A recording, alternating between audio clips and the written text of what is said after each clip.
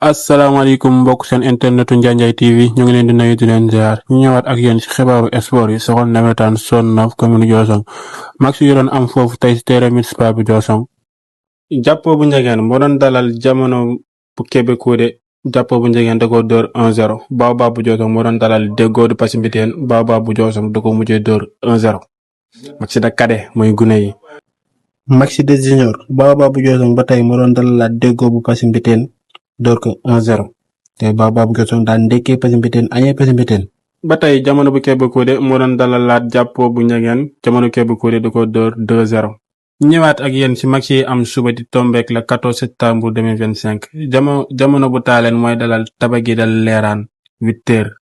Jaraaf bu Mbaawoon mooy dalal Mbaar mi 9h.